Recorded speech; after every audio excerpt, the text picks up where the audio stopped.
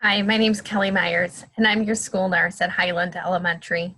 I just want to take the time to welcome all of you to kindergarten, and I'd like to take this time to walk through our Meridian223.com website to let you know how you can locate the health forms. So I'm going to go ahead and share my screen, and you'll be able to take a look.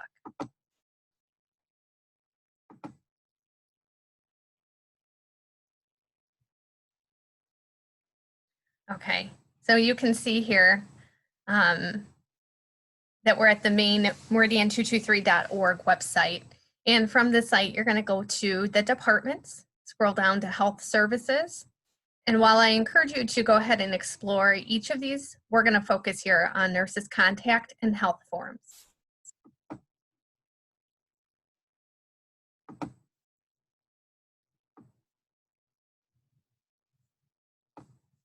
Okay, so here you'll see the list of our nurses for each building.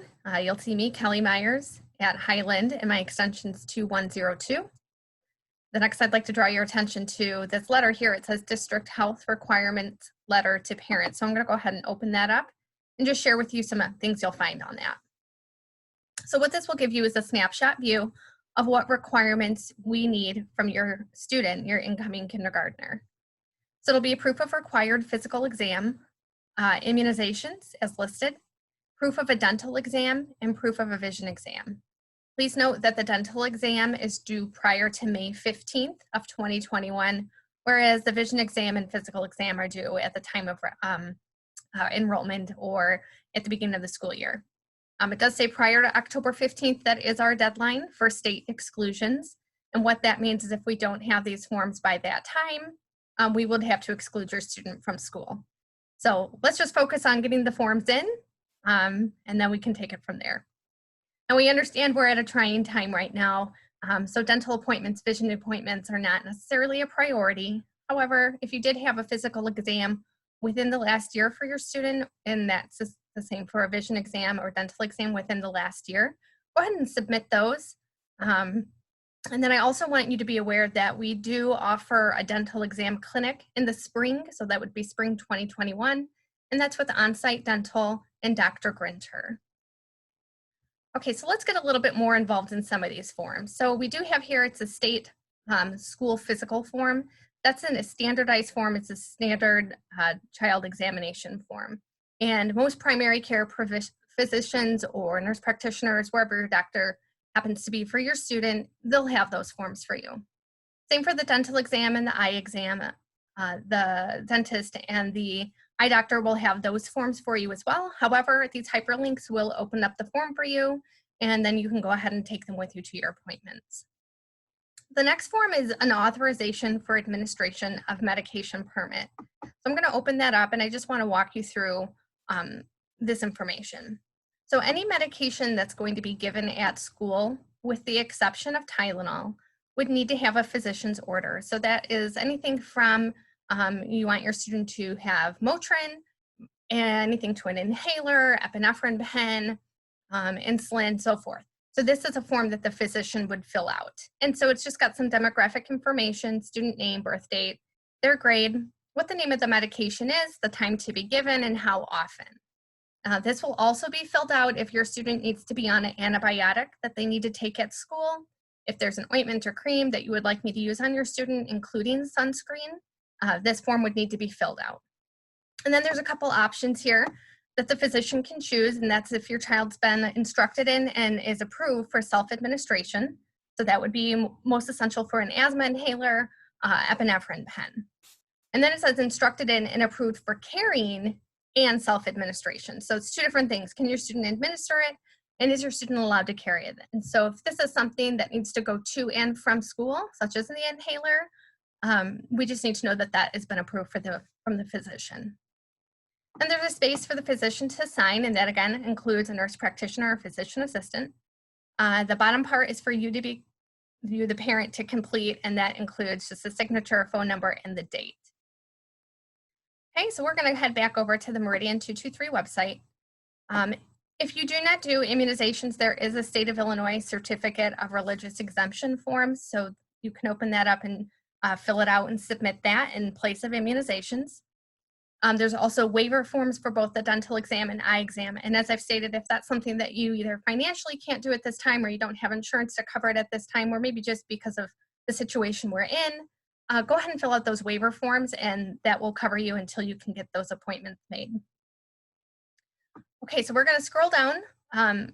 Each one of these is a major childhood illness, medical condition that we see. So there's always exceptions to these things, but these are the ones we see the most. So asthma, diabetes, food allergy, insect sting allergies such as bee stings, and then seizures.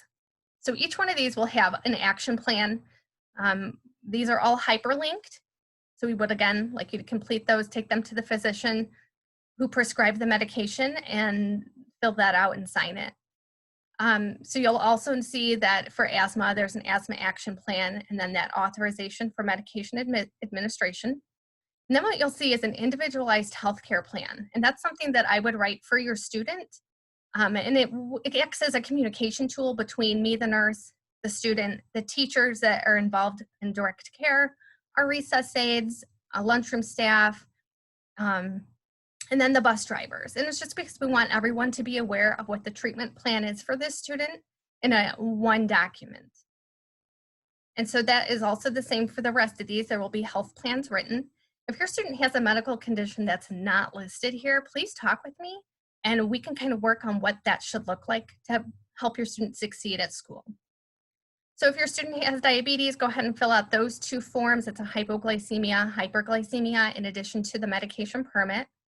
Food allergies. Now this will be different. If your student just follows a lifestyle choice such as veganism, that would be something different. And again, talk with me about those lifestyle choices. Maybe it's gluten-free.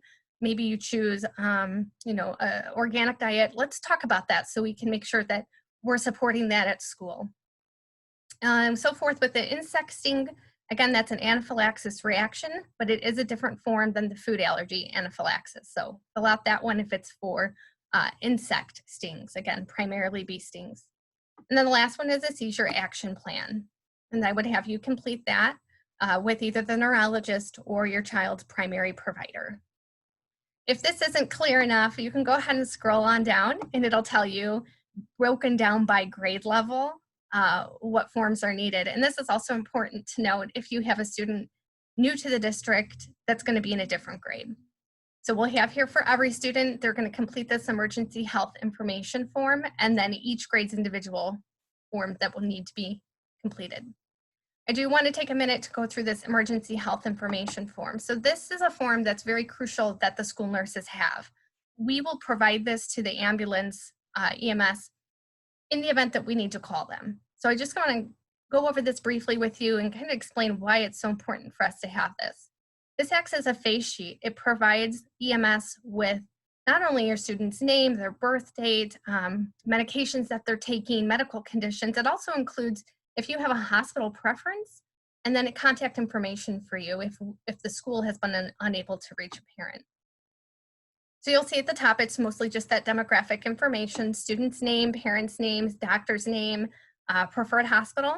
There's also a space if your student has enrolled in All Kids, which is a Medicaid program. You can go ahead and provide us that Medicaid ID number. This is important here, it's current medications. So again, this is anything from a multivitamin that your student might take once a day to more severe things like an inhaler that they use preventatively or a rescue inhaler. This could also include if your student regularly takes ibuprofen or Tylenol. Then in the next section, it's going to be, again, some medical conditions. And this is not an inclusive list. So if there's some medical condition your student has that's not listed here, please complete the other section. Just give us on this line the name of the medical condition, and then me as the nurse, I will go into that and I will talk with the parent and develop that health plan that we mentioned earlier. And then the next spot is just for medical history. So any serious accidents, hospitalizations, and then if your student's ever had surgery. And there's a couple more questions. One is about if your child has health insurance. And if they do not, the school nurses, including myself, can help you with getting health insurance for your students. So go ahead and fill that section out and let us know how we can help you.